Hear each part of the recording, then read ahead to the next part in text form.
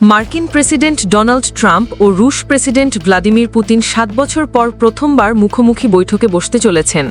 Russia Ukraine যুদ্ধ বন্ধে সম্ভাব্য চুক্তিতে পৌঁছানোই এই বৈঠকের লক্ষ্য। আগামী শুক্রবার আলাস্কার সবচেয়ে বড় শহর অ্যাঙ্করেজে যুক্তরাষ্ট্র রাশিয়া বহুল প্রতীক্ষিত এই শীর্ষ সম্মেলন অনুষ্ঠিত হবে।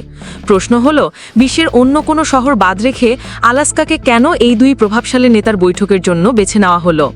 আলাস্কা বেছে নেওয়া কাকতালীয় নয়। যুক্তরাষ্ট্রের পশ্চিম প্রান্তের এই অঙ্গরাজ্যের জটিল ইতিহাস ও কৌশলগত অবস্থান রাশিয়ার সঙ্গে ঘনিষ্ঠ ভৌগোলিক ও সাংস্কৃতিক সম্পর্কের প্রতীক।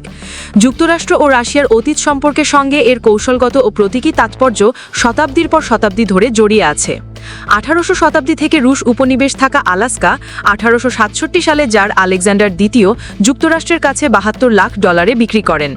বর্তমানে এটি দুই দেশের জটিল ইতিহাস ও প্রতীক। যদিও 2022 সালে ইউক্রেনে রাশিয়ার আগ্রাসনের পর সম্পর্ক ভয়াবহভাবে অবনতি ঘটেছে। দূরবর্তী এই ভূখণ্ড অর্থনৈতিকভাবে রাশিয়ার জন্য শাসন করা কঠিন ছিল। বিক্রির সময় রাশিয়া অর্থনৈতিক সংকটে থাকায় এই সিদ্ধান্ত ইম্পেরিয়াল কোর্টে স্বাগত জানানো হয়। বর্তমান সময়েও আলাস্কার বিক্রির মূল্য অনেকের কাছে হাস্যকরভাবে কম মনে হয় এবং চুক্তির আইনগত বৈধতা নিয়ে রাশিয়ায় নিয়মিত বিতর্ক হয়। একসময় পশম বাণিজ্যের কেন্দ্র ছিল আলাস্কা, যা পরবর্তীতে সোনা ও তেলের মতো গুরুত্বপূর্ণ প্রাকৃতিক সম্পদের ভাণ্ডার হিসেবে প্রমাণিত হওয়ায় বিক্রিটিকে রাশিয়ার অনেক জনগণ আফসোসের চুক্তি হিসেবে দেখেন। 2022 সালের জুলাইয়ে ইউক্রেনে আগ্রাসনের পর যুক্তরাষ্ট্রের সঙ্গে তীব্র উত্তেজনার সময় রাশিয়ায় দেশপ্রেমিক উন্মাদনের মধ্যে আবারও আলাস্কার বিষয় সামনে আসে। রুশ পার্লামেন্টের নিম্নকক্ষ ডুমার স্পিকার ভিয়াচেস্লাভ ভলোদিন আলাস্কাকে বিতর্কিত ভূখণ্ড আখ্যা দিয়ে ফিরিয়ে আনার ভূমি হিসেবে বর্ণনা করেন। তবে রুশ কর্তৃপক্ষ আসলে এটি পুনরুদ্ধারে আগ্রহী নয়।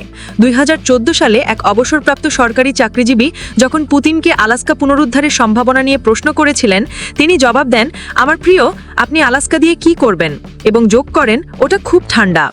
2023 সালে আন্তর্জাতিক অপরাধ আদালত আইসিসি যুদ্ধাপরাধের অরোজবে পুতিনের বিরুদ্ধে গ্রেপ্তারি পরোয়ানা জারি করে। ফলে তিনি বিশ্বজুড়ে 125টি দেশে গ্রেপ্তারের ঝুঁকিতে রয়েছেন।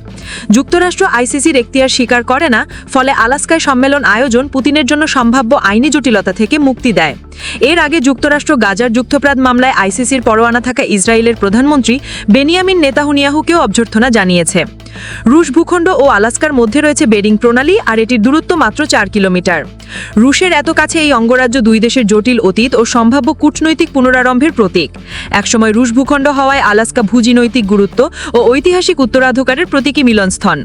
সম্মেলন অনুষ্ঠিত হচ্ছে জয়েন্ট বেস এলমেন্ডর্ফ রিচার্ডসনে। এটি আলাস্কার সবচেয়ে বড় সামরিক ঘাঁটি, যা মার্কিন বিমান বাহিনীর এলমেন্ডর্ফ ঘাঁটি ও সেনাবাহিনীর ফোর্ট রিচার্ডসনকে একত্র করেছে।